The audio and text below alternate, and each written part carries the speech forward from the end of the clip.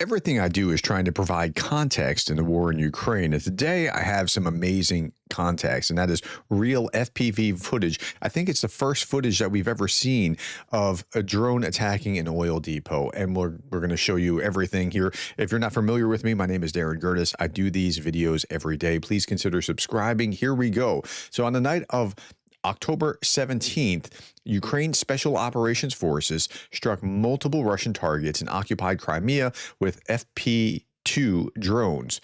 Confirmed hits include an oil depot in Khavarsky and the Khavarsky Rozensvezverv complex in Katerin Saki district. Okay, so this is what it looks like. So I know I was talking over that, but yeah, you can see something burning off in the distance and another FPV drone going after another. Now, again, this doesn't look like the same video here. This looks like two videos back to back. So I'm just showing you what is in my feed as I'm trying to curate the news for you. So, but it's pretty interesting to see a drone eye view of what's going on here. Again, something's already been hit, and another one, we don't know what happened exactly here, but it looks like it's about to be hit. Okay, let me take you to Suchomimus, Suchomimus, like the dinosaur. He's got a great site, a great YouTube channel that is always talking about, like, here's what's happened, and here's why we think this is what's happened. Let me just take you to about 30 seconds. To hit Crimea. So it could be them. If it's the case, then it's the first time they've been used against an oil depot, I think. Now, it was actually two different oil depots targeted here. One in Fyodivska, which is the one that we can see burning. That's that Harvieska, whatever. It just, YouTube captions make it look like something very different. Sorry about that. And one in Kariema. I think the Kariema one attack failed because we haven't seen photos or videos of that oil depot on fire. But we also don't know that. If that's this one, it's hitting something, and that's the last part of the view that we have. But we haven't seen anything about it come out yet. Yeah. It could be that the tank was hit but was empty at the time, or, in this instance, the drone just didn't damage the oil tank enough to set it on fire. Or we just haven't seen anything yet. We just don't know. But those look like two different attacks. Okay, there were also Ukrainian strikes that destroyed 14 tanks at Crimea's Fedosia oil terminal in early October. And then a couple days ago, we saw that they returned to destroy 11 more on October 13th. And so we know that that damage was there. And we can show you now, because we now have the images, satellite images show 11 fuel tanks completely destroyed at Fedosia oil depot in occupied Crimea following Ukrainian strikes on 6 and 13 October. Key facility supplied fuel to Russian forces. A Panzer air defense system installed in 2022 failed to prevent any of the three attacks. And we can see, like, some pretty significant images here. Like, look at this that was burned out here. What was, and then what was burned out. What was, and then what was burned out, right? So we're seeing the damage done to Fedosia. Just yesterday, explosions, not last night, but yesterday, explosions killed 3 and injured 8 workers at Russia's avant-garde weapons plant in Bashkortostan on 17 October, hitting a unit producing nitrocellulose for gunpowder. The facility manufactures ammunition and handles explosive materials. So this is an image of it. 3 dead, 8 injured in explosives and avant-garde ammunition plant in Russia. The blast hit this nitrocellulose, but listen to this. You can hear it. You're not seeing anything, but it was enough of a blast that it made the car alarm go off here. So yeah, how about that? First video surfaced showing signs of an explosion and smoke at the avant-garde chemical plant. The plant handles state defense contracts. And if I scoot this up a little bit, no, let me move it back. So you can see this off in the distance, right? Just that red plume in the distance. Okay. Drone attack has also been reported in Veshkamia, nearly 780 kilometers from the Ukrainian-controlled border. The likely target of the strike was the Veshkamia power substation. Again, if I play this, Не знаю, you по can звуку hear the слышно, нет? drones, Пожарка вон стоит. Он второй по звуку также летит. You can hear them in the distance.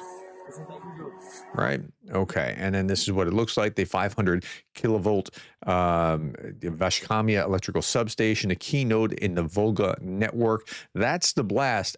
That's happening at night. That's not a daytime shot. And then so here's where it looks like on the map where the Vashkamia plant is.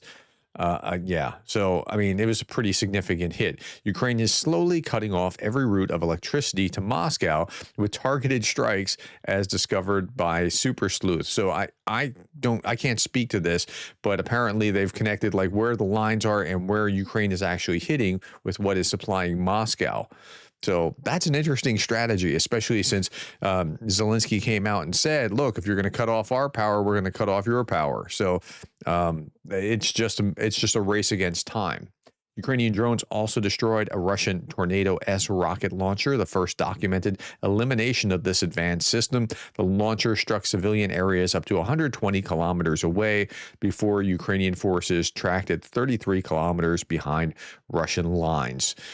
Ukrainian drone pilots continue to destroy Russian armored equipment in the Donetsk region. Here you see this big boom, and if I just move this back a little bit, you'll see the boom go away, and you'll see that was the bomb being dropped or from the drone, right? Okay, FPV drones of the Ukrainian army precision that destroys enemy logistics. Again, well, I mean, it's so amazing to me that like anything even moves out on the battlefield because drones. Excuse me, I'm sorry about that. Drones are just menacing. Like they're just following the truck, and it's going to take its sweet old time and just get on top of that truck and do what it's going to do. Right, and here it goes. Okay. Minus Russian BMP-30 Smersh MLRS in the Kherson region, and yeah, pro-Ukrainian Etesh partisans and Russians 291st Guards Motor Rifle Regiment passed precise coordinates of a Buk M1 system to Ukrainian forces. Using that tip, Ukrainian defenders damaged the Buk that was protecting the regiment's command post in the Zaporizhzhia front. And then this was really incredible. This was the first time we ever saw this. Ukrainian Navy destroyed a Russian naval drone. That Russians weren't known to have a lot of naval drones. In Ukraine's waters, the first confirmed elimination of Russia's unmanned surface vessels and possibly a new model. The likely armed drone was had approached civilian shipping routes before being neutralized. So yeah, I mean, both sides are learning from each other and advancing. If it wasn't so terrible, it would be really amazing to see how fast people are just learning on either side. Commander of Ukraine's Unmanned Systems Forces, Robert Brovdy, also known as Magyar, said that in the last 24 hours, just 24 hours, Ukrainian drones hit 1,039 Russian targets. And in October's scale, 14,933 Russian targets verified struck. It's just amazing the pace of this. Okay, so what was Russia doing to Ukraine last night? 167 drones launched. Apparently, 27 drones hit 12 locations. That's 136 were eliminated or shot down. And so there is no doubt some damage, but I didn't see a lot of damage in my news feed. I can only explain that happened. I can't show you. Inside look at the work of an Mi-8 crew hunting Russian drones. So they're in a helicopter with machine guns trying to shoot this thing down. That's what the Ukrainians are doing. Now, it's a lot harder at night, imagine that, than it is during the day trying to knock something like that down and trying to also not cause other damage to other civilians at the time. I imagine they have to get on a side where they're trying to make sure that wherever they miss is not hitting something bad. Okay.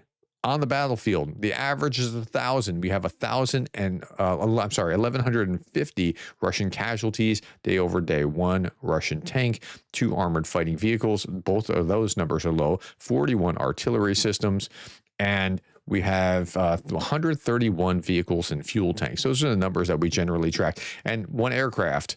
Now, that's interesting. I'm not sure if that's the aircraft that was kind of malfunctioned yesterday and went down, or well, not malfunction.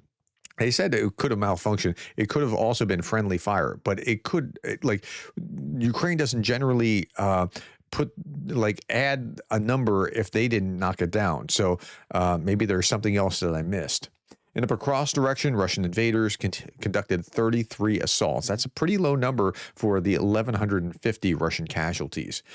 Zaporizhzhia nuclear power plant is mercifully restoring external power after 4 weeks being on backup diesel generators. This is the longest emergency period in history. The IAEA, the International Atomic Energy Association, I think, had to broker a deal to allow a ceasefire so that the repairs could be conducted, because the lines that went down were behind on the Ukrainian side, and the Russians were blaming the Ukrainians for having done, like, they're not trying to have a nuclear meltdown on their own territory.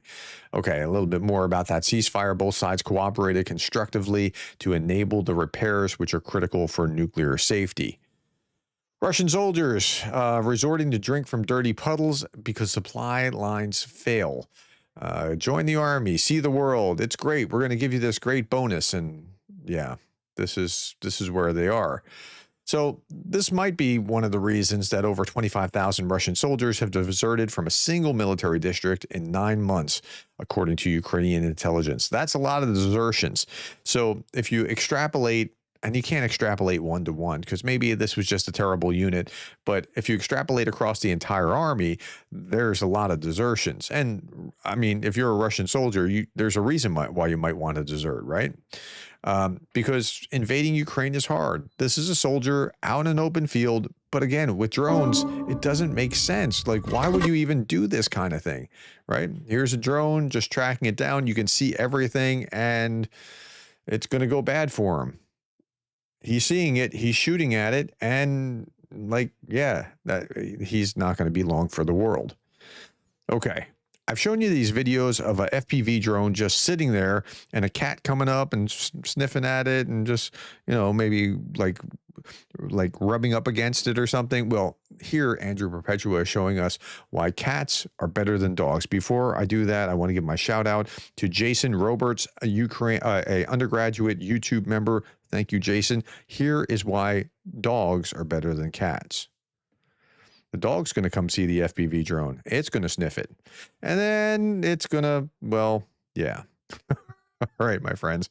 That's all that I have for you today. Thank you for your time. Thank you for the likes, the shares, and the subscribes. And thank you for being the kind of person that cares about Ukraine.